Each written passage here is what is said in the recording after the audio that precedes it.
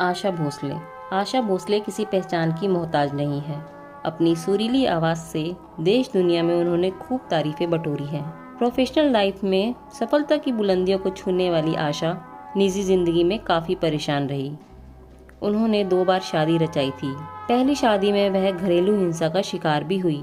आशा भोसले ने 1949 में बहन लता मंगेशकर के सेक्रेटरी गणपत राव से लव मैरिज की थी। उस वक्त आशा महज 16 साल की थी।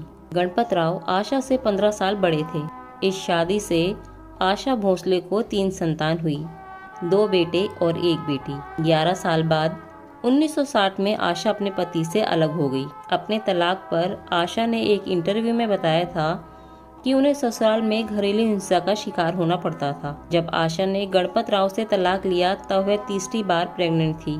आशा भोसले के सबसे छोटे बेटे आनंद का जन्म पति से तलाक के बाद हुआ। आशा भोसले की आवाज़ बॉलीवुड की उन आवाज़ों में से एक है जो हमेशा सदाबहार रही हैं। अगर उनकी निजी जिंदगी की बात की जाए तो उसमें कई उतार चढ़ाव रहे। अपनी पहली शादी टूटने के बाद उन्होंने दूसरी शादी पंचम दा से की। 60 के दशक से लेकर 80 के दशक तक सुपरहिट गाने देने वाले संगीतकार और गायक राहुल देव बर्मन यानी आर.डी. बर्मन। उनका जन्म 27 जून 1939 में कोलकाता में हुआ था। आर.डी. बर्मन को लोग प्यार से पंचम दा कहकर बुलाते थे। उनकी और आशा भोसले की प्रेम कहानी भी काफी म्यूजिकल रही है। पंचम दा की निजी जिंदगी के बारे में बहुत कम बात होती है। उनकी पहली पत्नी का नाम रीता पटेल था, जिनसे वे दार्जिलिंग में मिले थे और दोनों ने 1966 में शादी रचाने के बाद 1971 में तलाक ले लिया था। साल 1980 में उन्होंने गायिका आशा भोसले से शादी रचा ली। इससे पहले दोनों ने कई फिल्मों में ज़बरदस्त हिट गाने देने के साथ ही कई स्टेज प्रोग्राम भी किए थे। पंचम दा और आशा भोसले की प्रेम कहानी की बात करें तो दोनों की पहली मुलाकात साल 1956 में हुई थी। तब तक आशा भोसले ने एक अच्छी खासी पहचान बना ली थी, जबकि आर.डी. बर्मन मशहूर संगीतकार सचिन देव बर्मन के टीनेज बेटे थे। करीब 10 साल बाद वो मौका आया जब आर.डी. बर्मन ने फिल्म तीसरी मंजिल के लिए आशा भोसले से गाने के लिए संपर्क किया। तब तक पंचम दा और आशा भोसले दोनों की ही पहली शादी टूट चुकी थी। पंचम दा अपनी पहली पत्नी रीता पटेल से अलग हो गए थे। वो रीता पटेल से इतना परेशान हो चुके थे कि घर छोड़कर होटल में रहने चले गए थे। वहीं दूसरी तरफ आशा भोसले अपने पति गणपत राव भोसले से बिल्कुल खुश नहीं थी। एक दिन ऐसा आया जब वो अपने पति का घर छोड़कर अपने बच्चों के साथ अपने मायके आ गई। कई सालों तक बगैर शब्दों के ही आशा और पंचम दा को संगीत करीब ला रहा था। इस दौर में दोनों ने एक से बढ़कर एक सुपरहिट गाने दिए। दोनों की शादी का रास्ता इतना भी आसान नहीं था। आशा की उम्र पंचम से ज़्यादा थी, जिस वजह से उनकी मां इस रिश्ते के खिलाफ थी। जब पंचम ने अपनी मां से शादी की अनुमति मांगी तो उन्होंने कहा, जब तक मैं जिंदा हूं ये शादी नहीं हो सकती।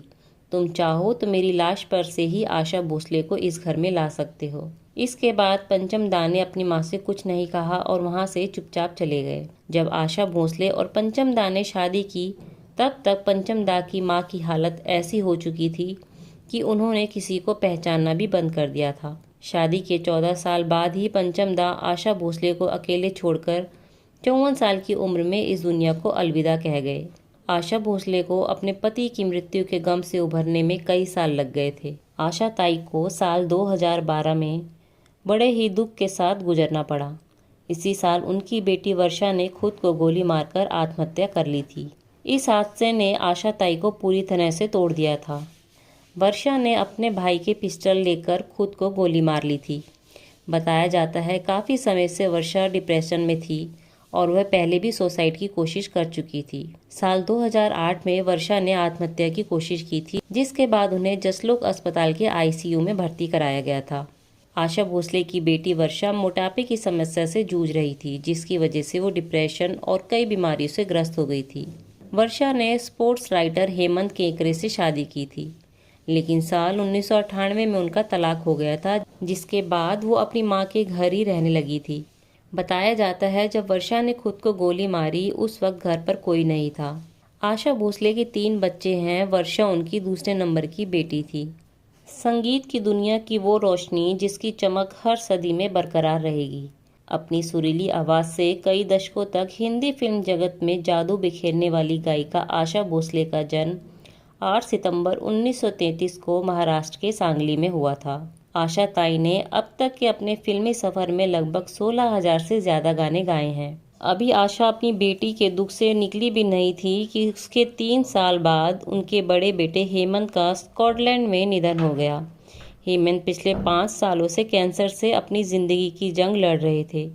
66 वर्ष की उम्र में हेमंत ने हार मान ली और मां आशा को अकेला छोड़कर चले गए। आशा भोसले ने 3 साल पहले अपनी बेटी वर्षा को खो दिया था और फिर अपने बेटे हेमंत को भी खो बैठी हैं। आशा भोसले गायकी के अलावा खाना बनाने में भी सिद्धहस्त है। आशा ताई ने एक इंटरव्यू के दौरान कहा था कि अगर गायकी में उनका करियर उड़ान नहीं लेता तो वो कुक बन जाती। आशा भोसले का रेस्टोरेंट बिजनेस जबरदस्त है। उनके दुबई और कुवैत में आशास नाम के रेस्टोरेंट है जहां पारंपरिक उत्तरी पश्चिमी भारतीय खाना विशेष रूप से उपलब्ध है। एक अंतर्राष्ट्रीय स्तर के कुक रसेल स्कॉट ने आशा ब्रांड के राइट्स ब्रिटेन के लिए खरीदे हैं। उनकी योजना के अनुसार आशा नाम के 40 रेस्टोरेंट 5 वर्ष के दौरान खोले जाएंगे। आशा भोसले ऐसी पहली सिंगर है जिन्हें उस्ताद अली अकबर खान के साथ एक एल्बम के लिए ग्रैमी अवार्ड के लिए नॉमिनेट किया गया था। आशा भोसले एक महान गायिका होने के अलावा बेहतरीन मिमिक्री आर्टिस्ट भी है। वह लता मंगेशकर और गुलाम अली की आवाज़ में गा सकती हैं। हमारे द्वारा दी जानकारी आपको कैसी लगी कमेंट बॉक्स में ज़रूर बताएं। जानकारी पसंद आए तो वीडियो को लाइक करें और चैनल को सब्सक्राइब करना ना भूलें।